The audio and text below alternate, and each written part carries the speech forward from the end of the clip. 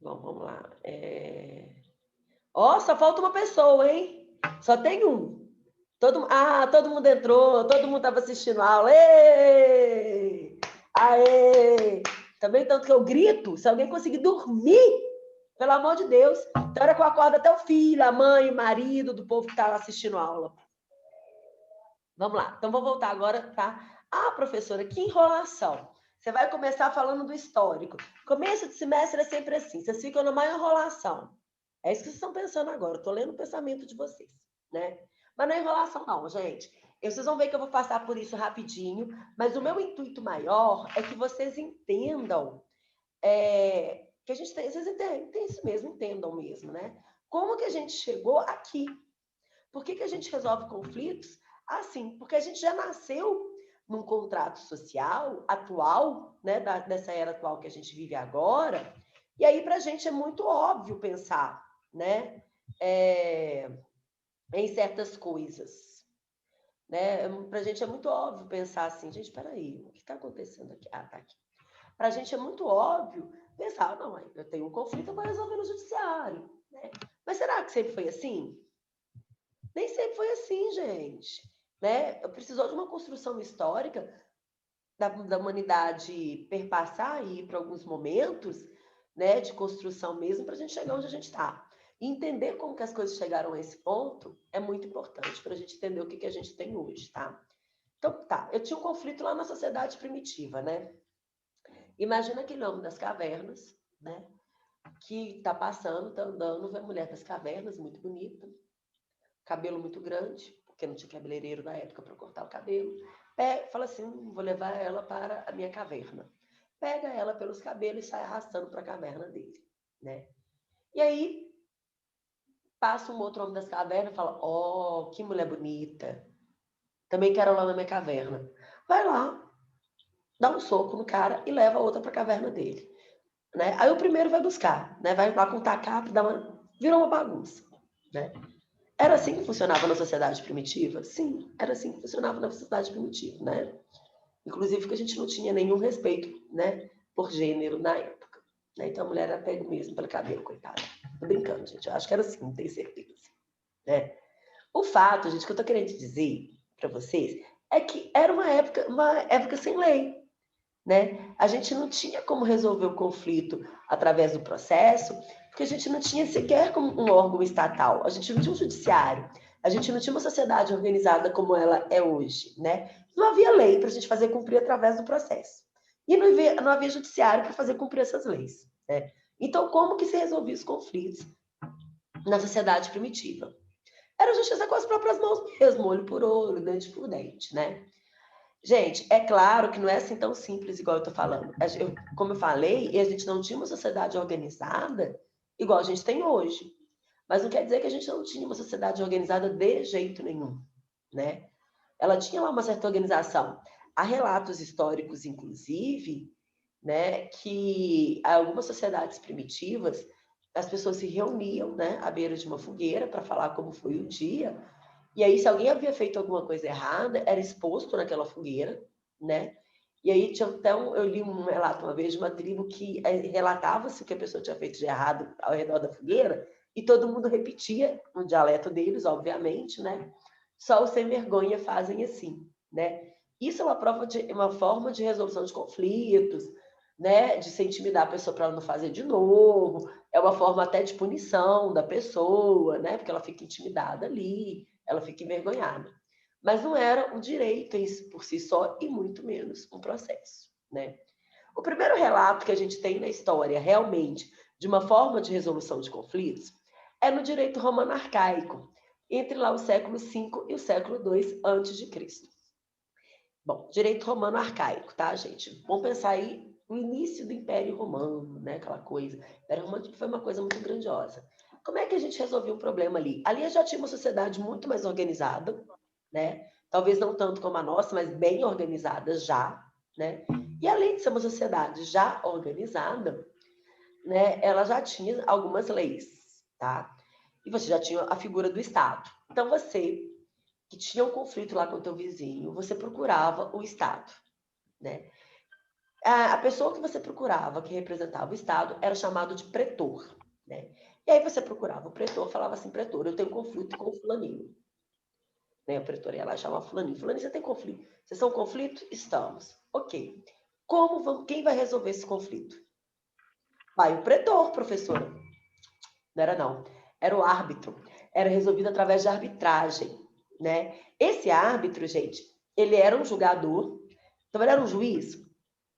Não o juiz que a gente conhece hoje, mas ele era um julgador, né? Você pode ver essa figura, assim, de uma pessoa resolvendo lá, decidindo quem tem razão, quem tem direito e quem tem obrigação. Ele não fazia parte do Estado. Ele era uma pessoa da sociedade qualquer, era um particular, que era escolhido pelas partes para resolverem o conflito. Pô, por que as partes não iam direto nessa pessoa primeiro? Por que elas procuravam o pretor? Porque elas tinham autorização do pretor para isso. Alguém... Oi? Alguém me perguntou alguma coisa, gente?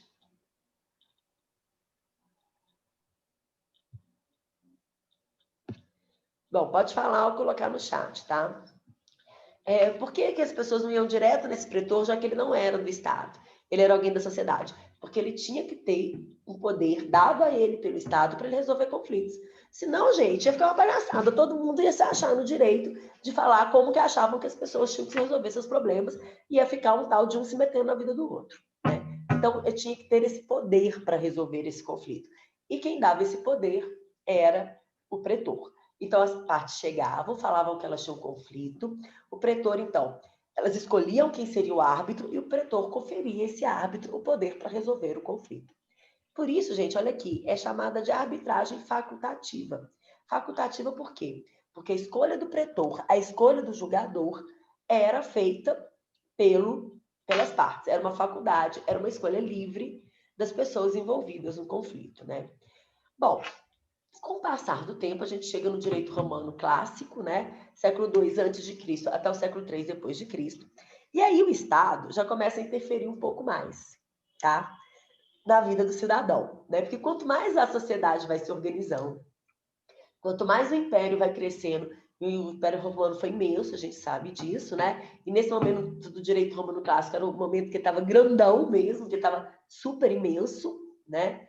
Então, neste momento, o Estado já começa a interferir um pouco mais na vida do cidadão.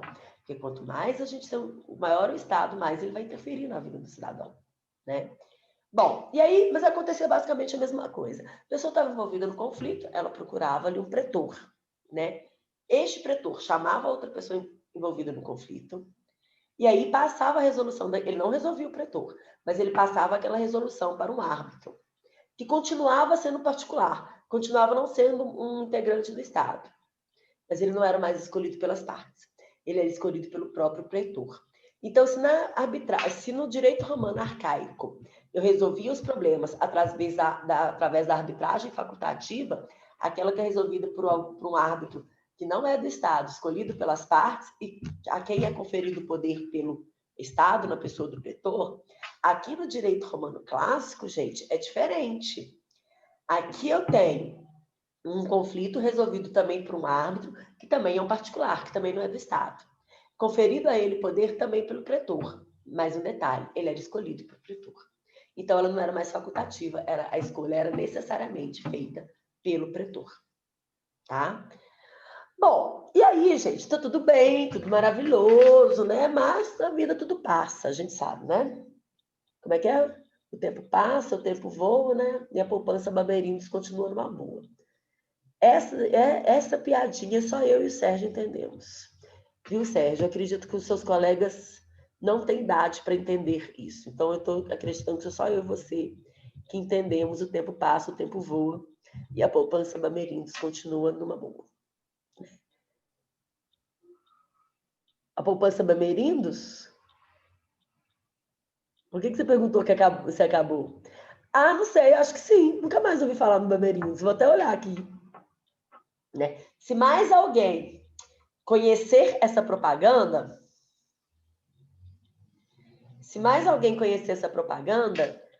não conta não, viu, gente? Ele acabou em 97. Mais alguém conhece? Eu conheço. Ô, Lucélia, entregou a idade, hein, minha filha? Bruna, que Lucélia? Oi? Bruna? Ah, é a Bruna, porque a Lucélia mandou aqui no chat que conhece. Gente, então Ah, a tá. Bruna e a Lucélia conhecem. Conheço. Gente, entregaram a idade. Entregou a idade, gente. Para conhecer essa, tem que ser muito velho para conhecer essa.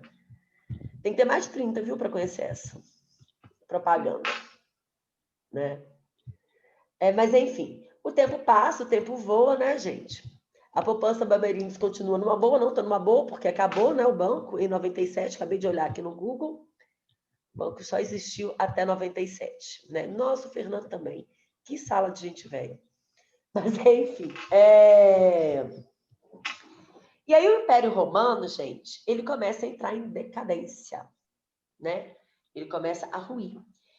Quando ele começa a entrar em decadência, lá no artigo, ele entra, a gente fala que é o direito romano pós-clássico, né? Lá em 284 a 565 depois de Cristo, né? Tem isso há uns, sei lá, 1500 anos, né? 1500.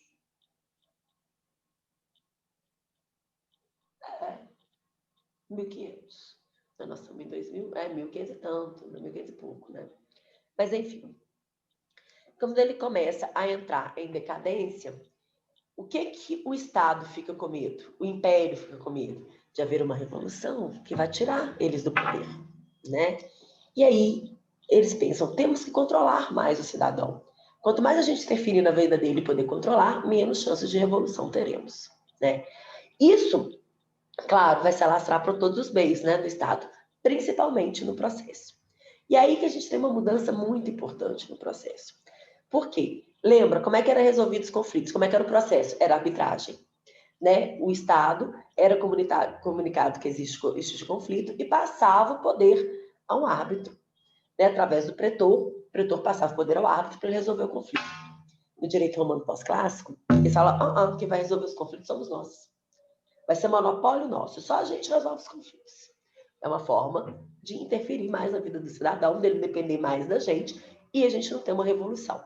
E aí, quando você procura o pretor agora e diz a ele, pretor, eu tenho um conflito com fulano, o pretor chama o fulano e sabe o que ele faz? Julga o conflito.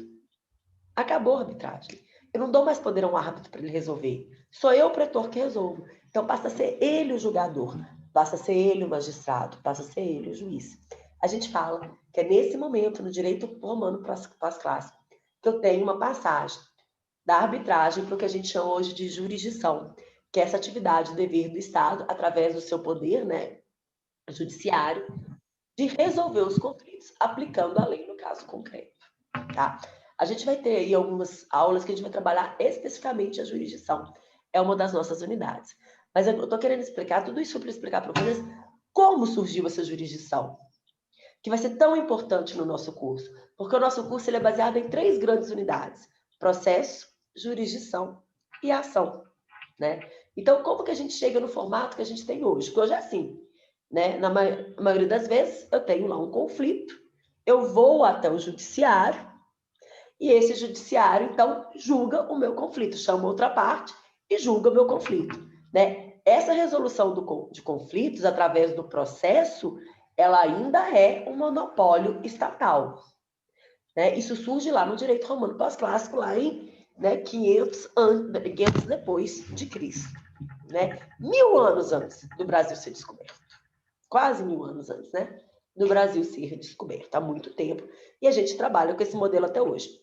Claro, gente, que hoje outras coisas vêm ganhando muito, muito, muito espaço, né? Por quê? Porque esse judiciário que quis...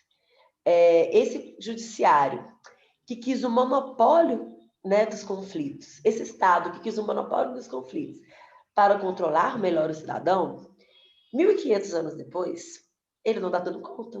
Pelo menos não o judiciário brasileiro, gente. Eu não sei se alguém aí já participou de algum processo como parte, né? Mas eu vou contar para vocês. E eu falo isso. Vai ajuizar ação contra o fulano, você quer receber indenização? A gente ajuiza ação e você esquece. Um dia eu te ligo e falo que você ganhou a indenização. E você vai ficar feliz. Porque, gente, eu não aguento. A cliente chega para mim e fala assim, doutora, demora. Eu falo, demora. Demora muito. E eu já vi advogado falando assim, Não, isso aqui é rapidinho. Gente, que mentira. Que picaretagem. Quando eu comecei a advogar, isso há 18 anos atrás, né? Não se engane, eu tenho uma cutis perfeita, mas eu lembro da poupança Bamerindos, né? Então, assim, apesar da minha pele não mostrar, né? Eu não sou mais uma menina, apesar que eu sei que parece. Quando eu comecei a advogar lá atrás, eu lembro que o meu pai tinha mania de falar isso para os clientes dele. Eu dei um pito nele dia e falei, você sabe que não é rápido. O judiciário demora, e a nossa noção de tempo é diferente da deles. Para de iludir a pessoa, fala a verdade, olha. Não, demora. O processo demora. E aí, ele fala assim, mas se eu falo isso, a gente consegue que seja rápido. Ele vai ficar feliz. Agora, se você fala que é rápido e a gente não consegue que seja rápido, ele vai ficar frustrado. Então, é melhor a gente ser sincero, né? Fala, vai demorar.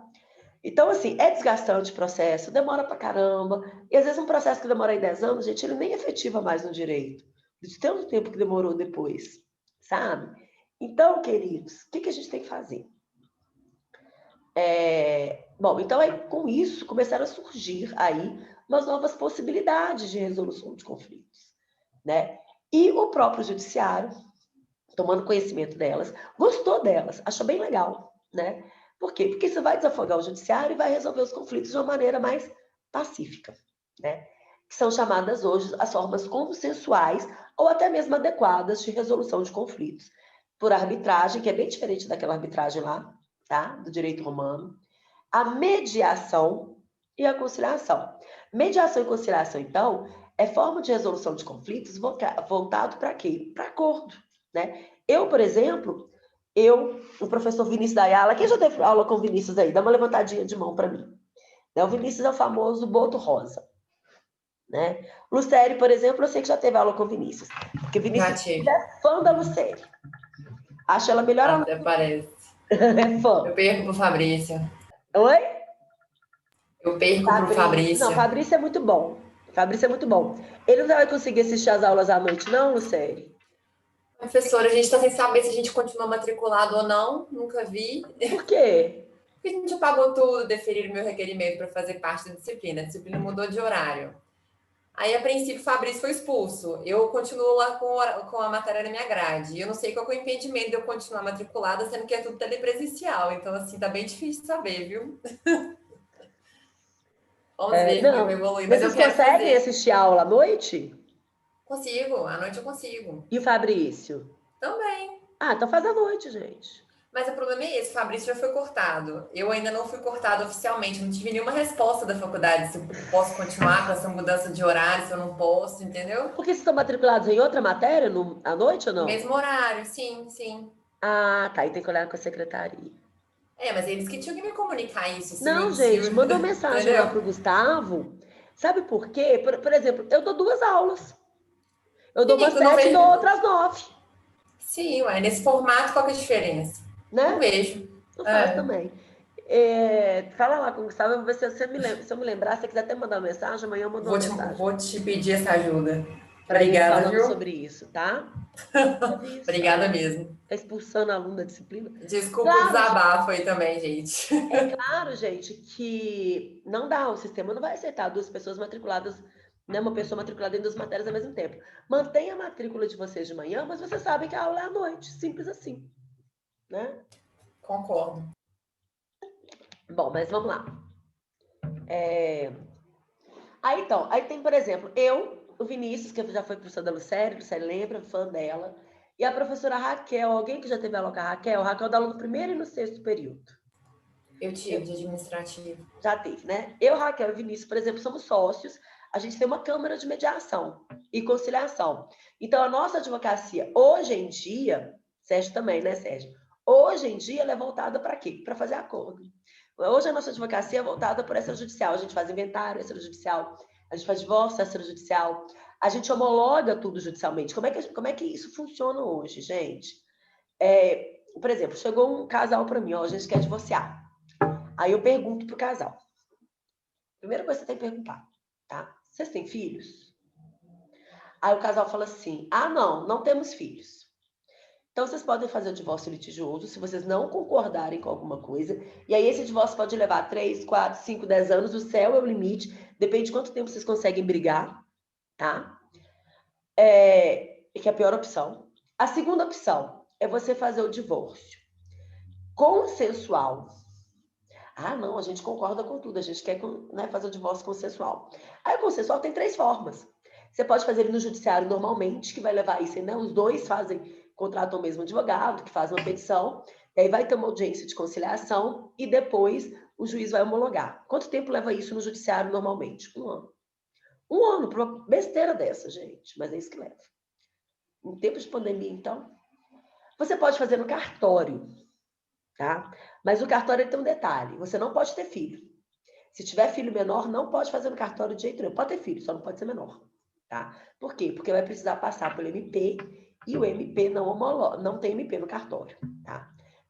Tá bom, professora, é consensual e tem filho pequeno. Tem que fazer esse que vai levar 1 ano? Em tese, teria. Mas desde 2016, o Código de Processo Civil passou a nos permitir que a gente fizesse a mediação ou a conciliação de conflitos, desde que a pessoa seja advogado e a pessoa seja mediador ou conciliador cadastrado no Tribunal de Justiça ou no Conselho Nacional de Justiça, tá? Para isso, o próprio Tribunal de Justiça e o Conselho Nacional de Justiça lançaram um curso de capacitação para o mediador e conciliador. Se você fez o curso, como eu, Vinícius, Raquel, e é um mediador, você vai poder fazer mediação. O que você faz mediação? Gente, a mediação é o seguinte, as pessoas vão fazer uma sessão de mediação comigo, elas não precisam ir no fórum. Elas fazem comigo uma sessão de mediação. Em tempos de pandemia, a gente faz presencialmente, viu, Sérgio? Foi mal, mas tem gente que pede. Mas com luva, com álcool em gel, tá? Com máscara. E fazemos muito online, muito, mesmo online, tá? Faz a mediação comigo, não precisa ir ao fórum em momento algum. Ah, não vai precisar de audiência com o juiz lá no fórum? Não, a audiência comigo já vale, porque eu sou cadastrada, eu sou mediadora cadastrada certificada, né? Aquele acordo feito, eu levo no judiciário, no Sejusc, que é ali na Francisco Sá, tá? E lá vai ter um juiz e um promotor só para homologar esses acordos. Homologa em 1 mês. 1 mês. E homologa por sentença. Ele é uma sentença tanto quanto aquele que demoraria 1 ano. Demora 1 mês. Ah, detalhe, que dá 1 ano você tem que pagar custas processuais. Esse não tem que pagar custas, né? E aí, a nossa advocacia é toda voltada para isso. A gente faz divórcio, a gente faz inventário, a gente faz indenização, né? Acordo entre as pessoas. Uma pessoa está devendo outra, a gente faz o acordo. A gente facilita o acordo, porque a gente tem técnicas de negociação também. Condomínio a gente tem feito muito agora em tempos de pandemia, né? Inventário também, infelizmente. Né? Eu tenho um cliente que uma irmã queria separar. 2 irmãos morreram de coronavírus. Pegou coronavírus, 2 irmãos e a mãe. A mãe sobreviveu, 2 filhos morreram. Né? Então, só que essa família tem 3 processos devido ao coronavírus. Né? 1 de divórcio, porque o casal não se aguentou dentro de casa na pandemia. E 2 de inventário. Né? Então, a gente vai trabalhar com mais calma, né? Mediação, conciliação e arbitragem. Mas eu queria mostrar para vocês que está crescendo cada vez mais, né? E o judiciário está incentivando cada vez mais que a gente resolva esses conflitos, né, de forma amigável e de uma forma mais rápida, para que no judiciário não fique essa coisa muito lenta e muito complicada que tá, né? O Gustavo perguntando, já teve processo que o pessoal desistiu porque demorava demais, antes mesmo de iniciar, que eu digo. Não, mas depois que inicia, sim. Já teve gente que desiste do processo porque aquilo ali levou anos e aí já não interessa mais para ela. Mas antes de iniciar, não. Antes de iniciar, nem o pessoal, a gente avisa, o pessoal dá uma choradinha, mas nunca lembro de nenhum cliente ter desistido por causa disso, não. Tá? Bom, mas a gente vai ter um momento que a gente vai falar disso, tá? Eu só queria deixar claro para vocês que a forma, o monopólio estatal é o processo, mas existe hoje outras formas de resolução de conflito de formas amigáveis, tá? Bom, mais um assunto que eu queria tratar com vocês hoje. Deixa eu abrir meu arquivo aqui, fazer o chat de tela com vocês. É a autodefesa e a tutela. E aí eu preciso dos nossos, né, policiais de plantão, quem tiver aí, tá? E quiser se identificar, por favor, tá? Quem não quiser também tem problema não, viu, gente? Só identifique se quiser. Seguinte, gente. O que policial não deve pegar no dia a dia de ocorrência de pessoas brigando porque quiseram fazer justiça com as próprias mãos, não deve ser normal. Eu tô falando mentira? Então, fulano achou por bem dar um soco na cara do ciclano porque o ciclano o xingou. Ou porque o ciclano postou alguma coisa nas redes sociais que ofendeu. Aí a pessoa acha que por causa disso ela tem direito de dar um soco na cara da pessoa. Começa com isso o furdúncio e a polícia é chamada. Se tiver algum policial aí, pode falar se eu tô mentindo. Ou se é assim mesmo, né? E tem outras coisas, gente. Tem gente, por exemplo, que acha o seguinte: eu emprestei dinheiro para fulano. Fulano não me pagou. Aí depois eu fiquei devendo outra coisa para o fulano. Então eu posso deixar de pagar o fulano porque o fulano não me pagou. Você pode até fazer compensação desses valores, mas tem que ser judicialmente, né? Fulano não me pagou, eu posso ir lá e tomar um bem dele? Não, isso é roubo, tá? A gente não pode fazer justiça com as próprias mãos, gente. Se a gente começar a fazer justiça com as próprias mãos, isso daqui vai virar uma barbárie. Bem que já é, né? Mas esse país vai virar uma barbárie maior do que ela já é, tá? A situação vai ficar maior. Então, a gente não pode fazer justiça com as próprias mãos. Professora, mas a pessoa me ofendeu, a pessoa me xingou, a pessoa me roubou, a pessoa me deu calote. Eu vou ter que aguentar tudo quieto? Tudo quieto, não! Tudo quieto, não! Porque isso dá câncer. Aguentar, ficar engolindo sapo quieto, dá câncer, tá? Mas não vai fazer barraco também, não vai descumprir a lei. O que você vai fazer, então? Você vai processar a pessoa. Em vez de fazer justiça com as próprias mãos, você processa as pessoas, tá? Bom, enfim. Gente, eu tô tentando entrar no chat aqui, Alt-H. O que eu tô tentando explicar para vocês aqui é o seguinte. O que é uma autotutela? É justiça com as próprias mãos. É quando a gente faz justiça com as próprias mãos, tá?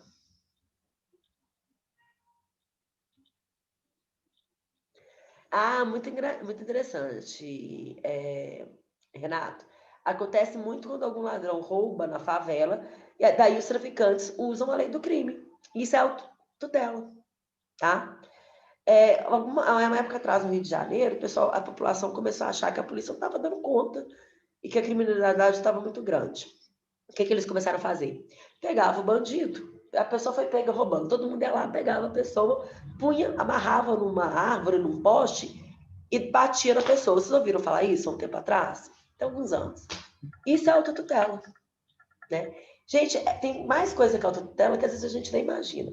No ano passado eu li uma reportagem no Carnaval que eu fiquei horrorizada, mas era autotutela. Era uma menina, ela estava num ponto de ônibus, indo de um bloco para outro no Carnaval, e aí passou um cara de mão dada com a namorada, com uma mão ele segurava a mão da namorada, com a outra ele passou a mão no bumbum dela, né?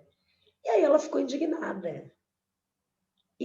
Ela gritou na hora, o cara fez de bobo, continuou andando, com a namorada de mão dada. Quando ele estava lá na frente, na esquina, ele virou e deu uma piscadinha para ela, rindo.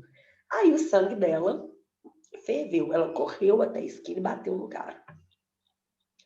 Essa menina estava certa? Aí é uma questão de justiça que a gente falava no começo da aula hoje, né? Eu, Michele, como pessoa, como mulher, falo, tava. Agora, eu, Michele, como advogada, como professora, falo para vocês, não, ela fez autotutela. Ela cometeu um crime. Porque se esse cara estivesse passando a mão nela e ela desse um soco para ele parar de passar a mão nela, ela não estava fazendo autotutela. Daqui a pouco eu vou explicar isso. Mas a partir do momento que ele já havia parado a ação dele, ele já estava lá longe, e ela foi lá para se vingar, aí ela fez autotutela. Né? E aí, então ele deixou de estar errado porque ela fez autotutela, professora? Não! Os dois podem ser processados. Ele por importunação sexual e ela por agressão. Mas reparem, ela perde a razão quando ela vai lá e faz justiça com as próprias mãos, tá? Essa, gente, é a minha opinião como advogada, como professora. Como mulher, eu vou me abster, né? Porque vai ser muito polêmico, né? mas como mulher eu posso dizer que eu entendo o lado dela, tá? Então, por exemplo, digamos que a aula volta aí presencial, tá? E aí ela, Lucélia, está devendo a faculdade.